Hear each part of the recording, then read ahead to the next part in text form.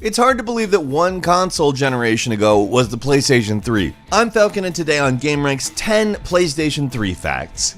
Number 10, in 2010, the US military purchased 2,200 PS3s because you can run Linux on them to essentially create a cluster and run as a supercomputer. The PS3s are a very cheap and reliable option because the PS3 could parallel process due to its unique CPU. The cell processor could divide up work into smaller bits of work in a way that's very normal for graphics cards to do now, interestingly enough. And at the time, it was actually one of the most powerful supercomputers in the world. And then they patched the PS3 so you couldn't run Linux on it anymore, which is hilarious if you ask me. They spent $663K on a supercomputer, which granted was a lot less than if they had bought an actual supercomputer. But it was just like, poof, gone. You're just stuck with the PS3 GUI. Can you imagine being the guy who was like, yeah, we could just buy a bunch of PS3s and it'd be a lot cheaper the day after they patched them? Number 9, a study found that a PlayStation 3 used as much electricity as 5 refrigerators. Now keep in mind that isn't really a ridiculous amount of electricity. It may sound like a lot, but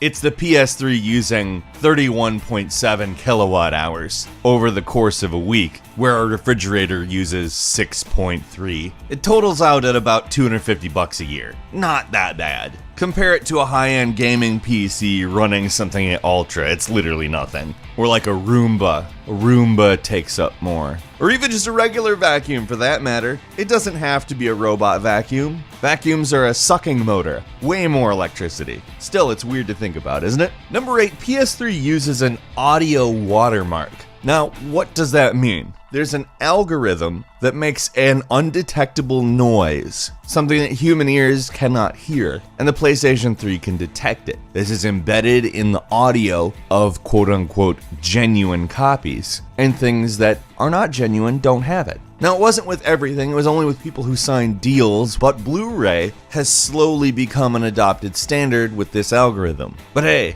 Blu-ray, right? Not really the future, is it? Arrgh. Number 7, a character that Sony was marketing with, a pretend Sony executive by the name of Kevin Butler, accidentally retweeted a PlayStation 3 key, an unlock code for the console, during a time while Sony was actually prosecuting people who were doing this. A user was mocking the whole thing and tweeted a code to the executive, and whoever was running the Twitter account retweeted it saying, "Let me guess, you sunk my battleship."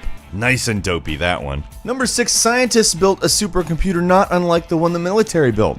They clustered together a bunch of PS3s to make a supercomputer that they could simulate and study black holes with. But you know what the scientists did? That the military didn't? They didn't allow the PS3s to patch themselves. They knew the PlayStation network would not be useful for them, unlike the military, and they continued to use that cluster for at least a while. Meanwhile, the military just kicked themselves for a while. Why'd we let that auto update, man? Number 5, all versions of PS3 are still backwards compatible with pretty much every PlayStation 1 game, despite the fact that they removed PS2 backwards compatibility. The reason it was backwards compatible with the PS2 is because they actually included the PS2 hardware in the box. But emulating the PlayStation 1 doesn't really require much. Certainly no extra hardware, so hey, put a PlayStation 1 game into your PlayStation 3, most likely it'll just work. Sadly, that is not the case with PlayStation 2 games, but still. Number 4, hackers figured out the PlayStation root key very quickly, when it actually should have taken somewhere in the neighborhood of billions of years to do. Because it was supposed to be a random, encrypted number, Sony decided that they were just going to use the same number to sign all of their hardware,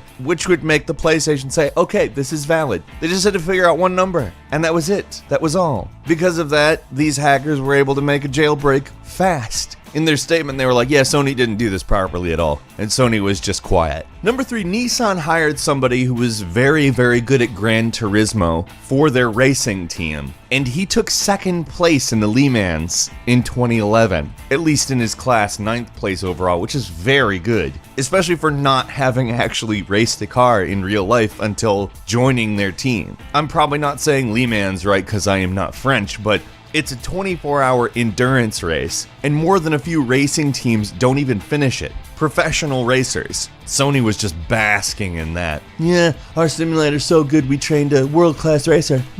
Number 2, a PlayStation game, Grid 2 by Codemasters, set a Guinness World Record at the time for being the most expensive commercially available video game ever. It cost £125,000, which is roughly $175,000, at least at current exchange rates, and it included a PS3, race overalls, and a back mono supercar that had been customized. I mean, it's ridiculous. It's stupid, but you have to respect that. That's ridiculous. Hey, let's set a record. Let's include a supercar.